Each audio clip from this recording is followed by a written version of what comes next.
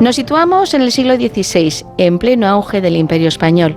Francisco Pizarro y Diego de Almagro ya habían conquistado el Imperio Inca del Perú. Rencillas entre ambos conquistadores dieron protagonismo a los hijos de ambos. Por un lado, el hijo de Almagro, de igual nombre, y por otro, nuestra protagonista de hoy, Francisca Pizarro Yupanqui, quien ha pasado a la historia como la primera mestiza noble. Y esta noche tenemos el honor de hablar con Carmen Sánchez Risco, periodista, historiadora y autora de La primera mestiza, editado por HarperCollins. Buenas noches, Carmen. Hola, buenas noches, ¿qué tal?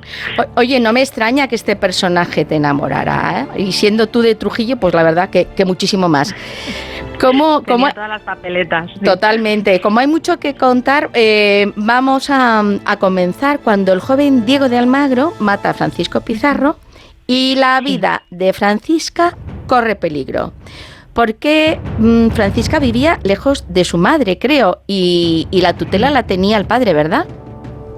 Eso es, o sea, cuando Francisco Pizarro, cuando Francisca, nuestra protagonista, la protagonista de la novela, cumple 4 años de edad, Francisco Pizarro se separa de la madre de la mestiza, se separa de Quispesisa, que es la princesa lañusta incaica, Quispesisa, que fue bautizada con el nombre de Inés Huaylas. Entonces él se unió a otra princesa incaica, a Cuchirimay, que había sido la esposa de Atahualpa.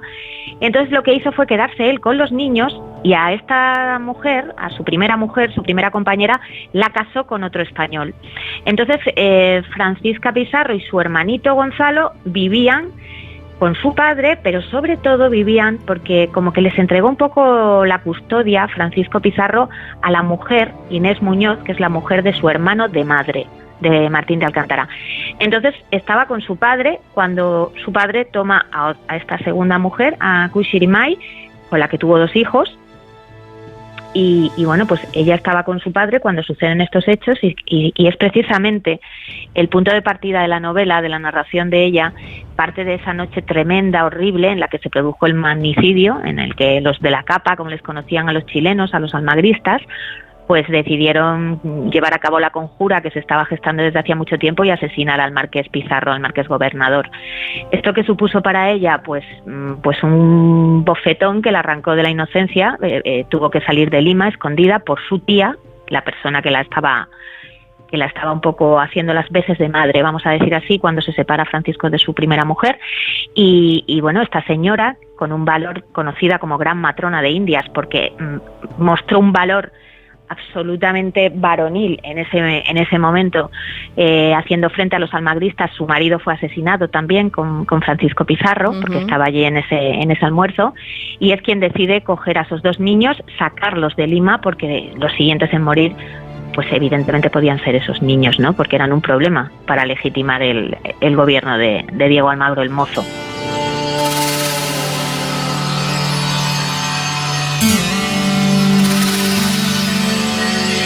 La dejas en un momento muy, muy vulnerable. Yo no sé si es que la zona daba por ser así un poquito contendiente, ¿no? De enfrentarse, porque el Imperio Inca había sido presa fácil para los españoles cuando se aprovecharon de esa guerra fratricida, ¿no?, que había por el poder.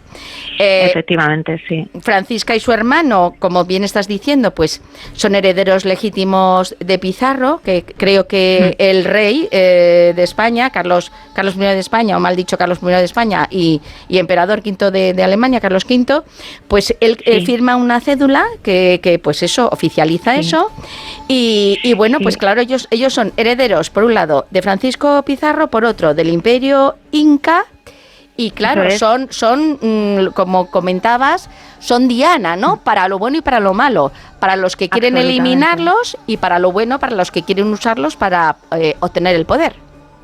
Efectivamente, yo creo que esta mujer fue siempre, además es que ella fue la única superviviente. Su padre tuvo 4 hijos con 2 princesas incaicas, y ella es la única que sobrevive de esos 4 hijos, con lo cual todo recae en ella. Ella fue siempre un rehén de intereses políticos superiores, como bien has expuesto ahora mismo, porque es que su sangre confluyen las dos fuerzas enfrentadas y de poder del momento. Por una parte, Francisco Pizarro, además, era el gobernador, fue el conquistador, el gobernador adelantado y demás, y había una premisa concedida en las capitulaciones por parte del rey Carlos, en el que le autorizaba a ser él quien designara sucesor. Uh-huh. Entonces esto también crea un caldo de cultivo bastante complicado en este caso no para ella, para Francisca, sino para su hermano. Su hermanito Gonzalo, que es a quien designa como sucesor Francisco Pizarro en caso de que a él le ocurriese algo, y hasta que este niño alcanzase la mayoría de edad, él, Pizarro, deja escrito que sea su hermano Gonzalo quien asuma el gobierno, ¿vale? Entonces, por esta razón, Francisca es una pieza suculenta dentro del damero de la conquista, pero desde el momento en el que nace. Es la nieta del último gran inca, realmente. El último gran inca es Huayna Cápac. Uh-huh. O sea, la muerte de Huayna Cápac es cuando se desencadena esta tremenda guerra civil entre los aspirantes a la borla sagrada, la mascapaicha, que era el símbolo de poder del inca. Entonces, bueno, digamos que ella tiene sangre imperial por vía materna al más alto nivel. Entonces, bueno, pues para lo bueno y para lo malo, como bien has dicho.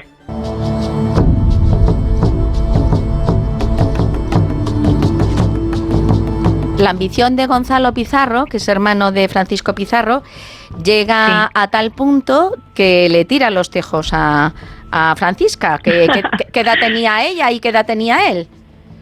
Bueno, ella era muy jovencita, pero claro, ten en cuenta que en aquella época lo de ser jovencita, o sea, hay una real cédula elaborada por Fernando el Católico que autoriza que los matrimonios con doncellas se pueden hacer a partir de los 12 años. Para nosotros es una barbaridad, pero en aquella época podría decirse que en cuanto empezaban a menstruar las niñas, pues ya estaban listas para el matrimonio. Entonces ella tenía pues eso, alrededor de 12, 13 años cuando se surge este conflicto tremendo, que es la guerra de las encomiendas o de los encomenderos, una nueva guerra civil en Perú.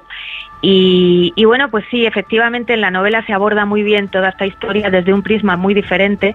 Es cierto que Gonzalo Pizarro, en mi opinión, es el menos estudiado de los hermanos y el más desconocido, y me parece que es un personaje además lleno de aristas, porque realmente, o sea, las crónicas de India hablan de él, los cronistas, tan pronto ensalzan su buen gobierno, su bonomía, su apostura, su incuestionable manejo de las armas y su tal, como le tildan una vez que termina esta guerra de tirano, usurpador. O sea, es tremendo y es un arco el que sigue el personaje que en la novela yo creo que está bastante bien expuesto, pero realmente puso en jaque a Felipe II. O sea, cuidado, que hay unas cartas, esto está documentalmente registrado, como el propio rey Felipe II prohíbe que su embajador en Roma, o sea, que controlen cualquier dispensa papal que se solicite para ese matrimonio.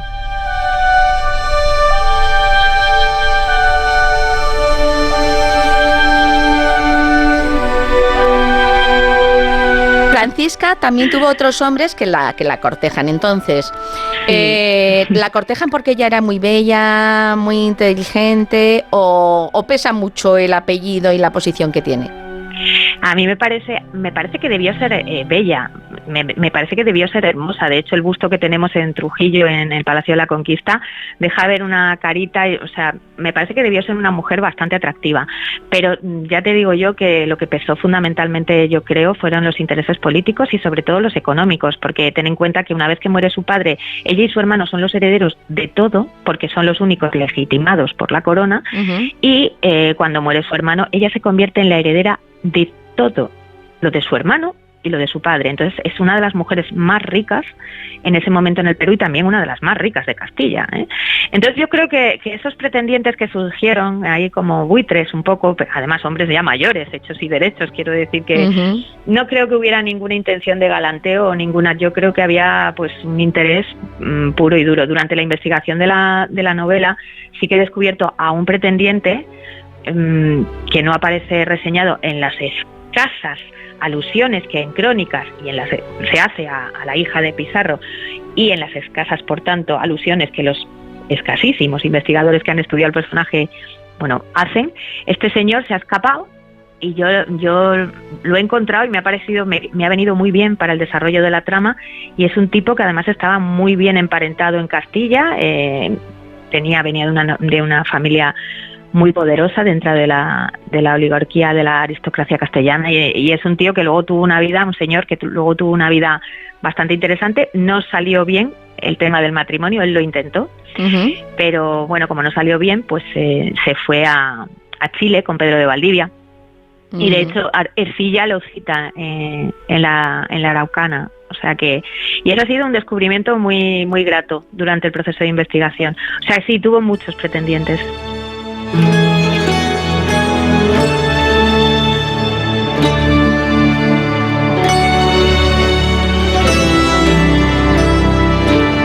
Hay que señalar, como tú estás diciendo, que has investigado, que te has tirado muchos años, que has ido a muchos archivos, que has hablado con muchísima gente y bueno, pues que cosas que no se sabían de Francisca, pues la gente las va a descubrir en esta novela gracias a esa investigación. Sí. Y vamos a entrar en detalle. Cuando hay este posible matrimonio con Gonzalo, que a ella no la parecía mal, en principio, ¿no? Eso ya que lo descubran en la novela, se la llevan a España y ahí entra en contacto con familia paterna. Y bueno, y empieza también a tener un acercamiento a otro de los hermanos Pizarro, a Hernando Pizarro. Sí. ¿En qué condiciones estaba Hernando Pizarro cuando llega a España? Pues él estaba preso, estaba cumpliendo prisión en el Castillo de la Mota, en Medina del Campo, y bueno, se tiró 20 años cumpliendo prisión. Y claro, cuando el Pedro de la Gasca y con el beneplácito de la corona ordenan la salida inmediata de Francisca Pizarro y de su único hermano vivo del Perú, para evitar que en torno a ellos se crearan nuevas sublevaciones, rebeliones, desacatos a la autoridad y demás, ella viaja a España. Y en un primer momento parece que la idea era que ella viajara directamente a Trujillo, que es la cuna de los Pizarro, ¿no? Y se quedara allí con una tía suya, también de una hermanastra de su padre y de Hernando. Pero Hernando los llama a los dos, a los dos niños, a los dos chicos, a los dos adolescentes. Bueno, aquí ya tiene 17 años Francisca, al Castillo de la Mota. Y entonces, bueno, pues ella estuvo compartiendo prisión, una prisión más relajada, vamos a decirlo así, porque ella sí podía entrar y salir de la fortaleza, pero estuvo cumpliendo prisión con Hernando. Y este es un giro también bastante interesante, ¿no? Porque ella nada más llegar, es curioso lo astuta que debía ser, porque ella nada más llegar a España todavía no había alcanzado lo que era la mayoría de edad en el momento, y ella miente, hace una súplica al rey Carlos, y para poder no necesitar ningún tutor o curador, poder administrar ella todo, algo impensable siendo mujer y encima siendo menor de edad. Y miente y le conceden la venia. O sea, es lo primero que hacen nada más llegar a España. Y en ese periodo pues es el giro del que hablábamos, ¿no? Que se casan, Hernando y Francisca se casan, pero vamos, ese matrimonio fue un matrimonio por interés absoluto. Necesitaban unificar sus fuerzas para poder hacer frente al complejísimo número de pleitos que tenían encima, tanto uno como la otra, porque a la otra también se la acusó. Ella lo narra bien en la novela, ¿no? Fui la heredera de las riquezas de mi padre, pero también de los pecados, no veían en mí otra cosa.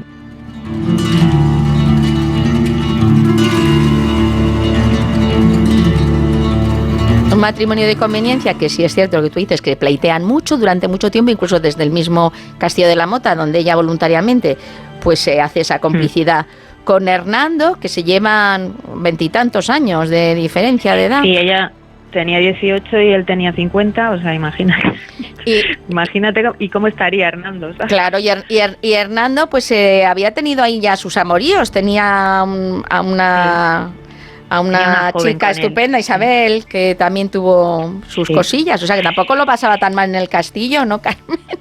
No, claro, realmente Hernando en el Castillo de la Mota pues estaba preso, él estaba muy enfadado. En las cartas de Hernando, que he podido estudiarlas, él estaba enfadadísimo porque él lo que quería era que tener todo el castillo para él como prisión, ¿vale? Pero a él le tuvieron recluido en la torre del homenaje. Entonces eso le indignaba muchísimo, porque Hernando debía ser un hombre muy arrogante, muy autoritario, de su propia pluma se extrae esto, o sea, tú lees las cartas y es increíble. Entonces, bueno, sí, pues sí se le permitió tener esta compañía. Es una historia también muy, muy importante y muy interesante, la de Isabel de Mercado, cómo llega hasta Hernando, cómo se desarrollan los hechos, cómo tiene descendencia con Hernando. Sí, luego contamos lo de la descendencia, no lo desvelamos hasta el final. Y él, recuérdanos por qué estaba detenido, porque claro, dices, bueno, fue un matrimonio de conveniencia, mucha conveniencia, pero tuvieron 5 hijos. Sí, claro, porque ellos lo que buscaban fundamentalmente era perpetuar la estirpe, crear un linaje y fundar un mayorazgo. Entonces en aquella época había que tener hijos porque si no, no garantizabas, o sea, la honra, la fama, el dejar de ti memoria, solo se hacía a través de la perpetuación del linaje y ellos lo que querían era ensalzar ese linaje y por eso tuvieron 5 hijos, evidentemente. ¿Y él por qué estaba retenido en el castillo? Pues la razón por la que es detenido en un primer momento es por la ejecución de Diego Almagro, el socio de Francisco Pizarro. Sabes que la primera guerra civil se da entre los 2 socios de la conquista, sí. y es Hernando quien decide o toma la decisión. Nunca se sabrá si con el beneplácito o no de Francisco Pizarro, de acuerdo, pero es él quien dicta la orden de ejecutar a Diego Almagro. Entonces, claro, pues en cuanto llega a la corte a explicar las razones por las que se había tomado esa decisión, le apresan, porque es un desacato absoluto. Y luego él no tiene potestad para tomar esa decisión. Claro. Y luego ya ha pasado el tiempo, cumple su condena, ya sale con Francisca, pero bueno, la verdad es que tampoco está mucho tiempo, ¿no? Libre, aunque sí han conseguido lo que tú decías, por un lado, tener ese legado de hijos y también consigue ganar bastantes pleitos en la corona, ¿no? Para recuperar riquezas. Ganó bastantes pleitos, obtuvo su libertad, consiguió que le autorizaran para fundar ese mayorazgo, que era lo que a él le quitaba el sueño, pero también es verdad que le siguieron embargando muchísimo dinero que venía de Indias, de sus posesiones, se lo quedaba directamente en la casa de contratación, se pasaba directamente al Consejo de Indias. Entonces, bueno, ganó unas cosas, perdió otras, pero bueno, yo creo que la libertad, que yo creo que era, bueno, le dieron un buen escarmiento, que estuvo 20 años y 3 días encerrado. Y entonces él ahí sigue afinando su olfato político y emprende otras campañas también. Ya se trasladan a Trujillo y lo que pasa es que no sé, mientras levantaban el Palacio de la Conquista, que era una de los objetivos principales que tenían los dos, pues tuvieron que trasladarse a una población que está muy cerca de Trujillo, que actualmente se llama Conquista de la Sierra, pero en aquel entonces era La Zarza, y era formaba parte un poco del área de influencia de los Pizarro. Allí tenía una casa el padre de los Pizarro, Gonzalo Pizarro el Largo. Entonces ellos deciden instalarse allí en esa casa y hermosearla. Entonces cuando levantan esa torre del homenaje magnífica que hay allí y una casa solariega, palaciega, pues muy bonita, que desafortunadamente se está cayendo a trozos. No sé si alguien debería tomar cartas en esto porque es parte de la historia de España, jolín. Y bueno, pues allí se instalan, allí están viviendo un tiempo hasta que terminan las obras, acometen las 2 obras a la vez, la de La Zarza y la de Trujillo, la de el Palacio de la Conquista. Fíjate. Y justo al final, cuando ya por fin termina el palacio, que estuvo la construcción del Palacio de la Conquista, en la novela se narra, fue un auténtico thriller, les pasó de todo para poder levantar ese palacio. Tuvieron que enfrentar todo tipo de vicisitudes y algunas muy gordas y muy desagradables, como un duelo tremendo, pero no quiero hacer spoilers. Y entonces, bueno, pues cuando termina por fin el palacio, se trasladan al palacio, pero realmente Hernando muere al poquito tiempo, o sea que tampoco Hernando vivió mucho tiempo en ese palacio, ¿sabes? Y es ella la que queda allí.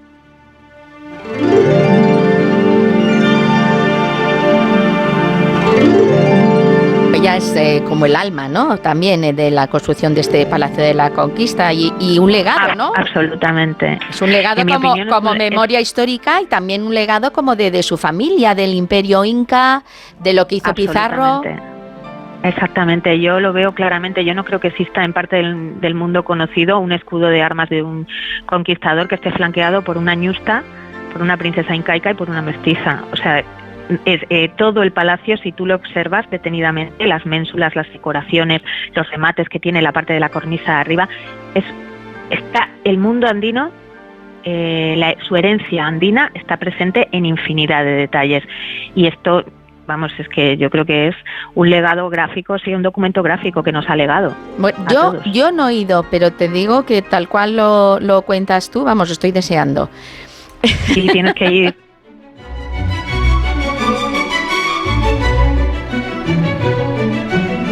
Y luego yo quiero que me aclares si es verdad que Hernando en su testamento cuando muere Sí. deja escrito que Francisca que no puede casarse. Sí, así es. En 2 ocasiones, además, porque el testamento final de Hernando lo recogió en el testamento final, en el último, pero es que antes, en el año 1557, Hernando estuvo muy enfermo en el castillo de la Mota, estuvo a punto de morir, hasta tal punto de que dictó un testamento que es bastante desconocido y que un amigo historiador, Esteban Miracaballos, pues ha estudiado mucho. Y en los 2 recoge que no se vuelva a casar, que su mujer no se vuelva a casar. Y en el primero, en el 57, además utiliza una razón bastante disuasoria, y es que si se vuelve a casar con otro señor, los hijos habidos entre ambos en su matrimonio pasarían a estar bajo la tutoría de otro señor. Entonces te quiero decir que él tenía muy claro que no quería que ella volviese a contraer nupcias. Pero vamos, ella no le hace claro. caso. Ella no le hace caso. No. Se vuelve a casar con un hombre más joven Sí. que ella y encima el matrimonio coincide con el de su hijo y la hermana de su marido. Y ahora la gente está diciendo, ¿qué ha dicho? Cuéntanos. Sí, no, es que esto es un poco culebrón. Eso es que es un culebrón. Cuéntanos el culebrón. Si el dinero, los títulos también están por medio, ¿qué pasa aquí?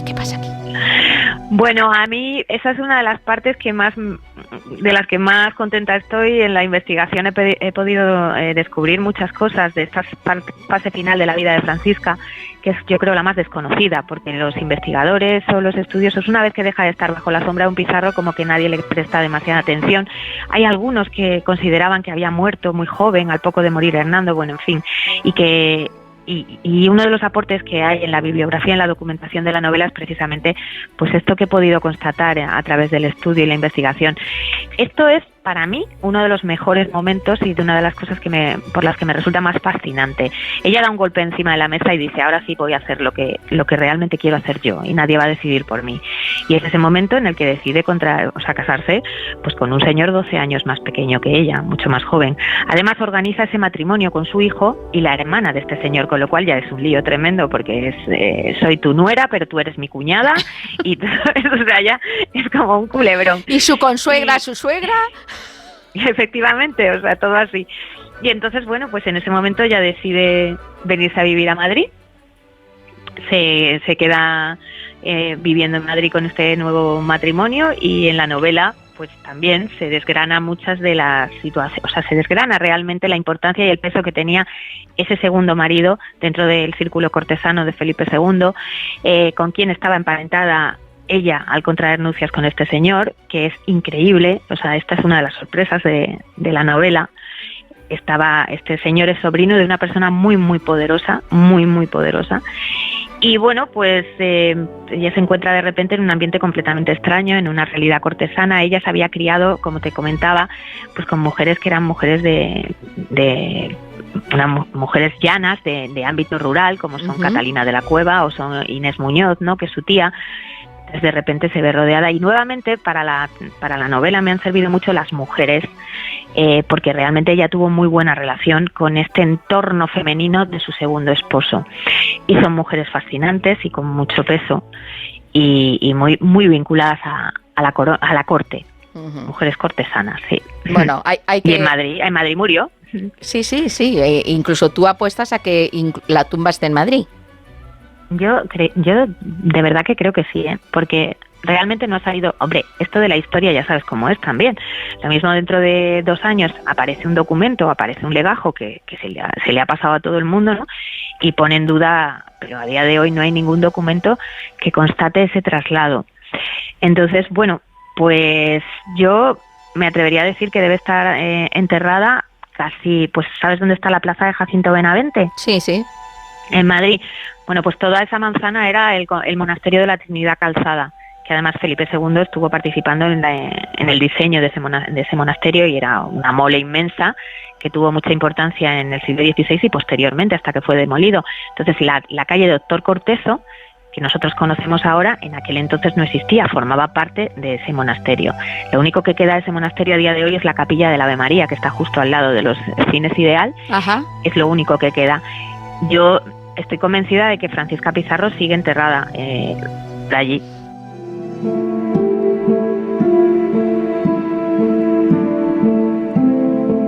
A pesar de todo lo que ella hizo, que querían tener ese mayorazgo con su primer marido, que tiene esos 5 hijos, a día de hoy no queda descendencia directa de Francisco. No. ¿Quiénes son los herederos de Pizarro y el Imperio Inca en la actualidad? Pues mira, estos giros de la historia, que son absolutamente asombrosos, hacen que la descendencia directa de la sangre imperial incaica y de Francisco Pizarro, es decir, la descendencia de Francisca Pizarro, se pierda en el año 1750, me parece que es, o 56, con la última heredera de esa sangre imperial incaica y de Francisco Pizarro. Entonces, ¿qué ocurre? Pues que todo pasa a la otra línea. ¿Y cuál es la otra línea? Pues la línea que inaugura esa relación que mantiene Hernando Pizarro en el Castillo de la Mota con esta mujer, con esta misteriosa mujer, Isabel de Mercado, con la que tuvo hijos. Según la propia Isabel, debieron ser 4 los hijos que tuvo, pero solo sobrevivió una hija, Francisca también, Francisca Pizarro Mercado. Uh-huh. Y es curiosamente la descendencia de Francisca Pizarro Mercado son los que actualmente ostentan tanto la obra pía de los Pizarro como el Marquesado de la Conquista.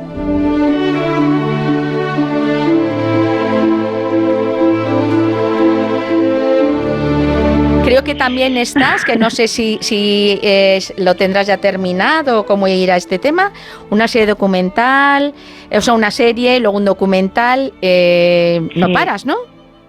No paro. Yo por la mestiza, lo que sea. Yo me comprometí con ella hace muchos años porque me pareció fascinante y es una historia de amor realmente. Y bueno, pues ahí seguimos con el tema del documental. Vamos, lo tengo clarísimo, el guión, pero lo tengo clarísimo desde hace ya muchísimos años por dónde iría. Y la serie, pues ahí vamos también. Muy bien, Carmen. Bueno, vas a estar el próximo 9 de junio en la Feria del Libro de Madrid, en la Caseta de Tercios Viejo, en el número 57, de 5 a 7 de la tarde.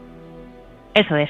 De 5 a 7 estaré allí y me encantaría que viniera todo el mundo y poder compartir el universo mestizo de Francisca Pizarro y que me compartan también sus impresiones y pasar un buen rato. Para mí es un momento de verdad muy importante y muy emocionante porque yo voy siempre a la Feria del Libro de Madrid, pero este año es la primera vez que voy a estar al otro lado y me hace muchísima ilusión. Uh-huh. Así que invito a todo el mundo a que venga. Que o lo adquieran allí o que lo cojan antes y así pueden conversar contigo, ¿no? Sobre el personaje y preguntarte cosas. Eso es. Yo estoy dispuesta. Vamos a contarles de todo lo que necesiten saber sobre el personaje. Yo allí estaré para contarles, aclararles todo. Bueno, si queréis saber más sobre la hija de Francisco Pizarro, no dudéis en haceros con un ejemplar de La primera mestiza, que ya sabéis que es una historia apasionante. Muchísimas gracias, Carmen. Muchísimas gracias a ti. Un abrazo enorme. Muchas gracias. Y te invito a que sigas investigando nuevos personajes históricos, que se te da muy bien. Lo haré. Gracias.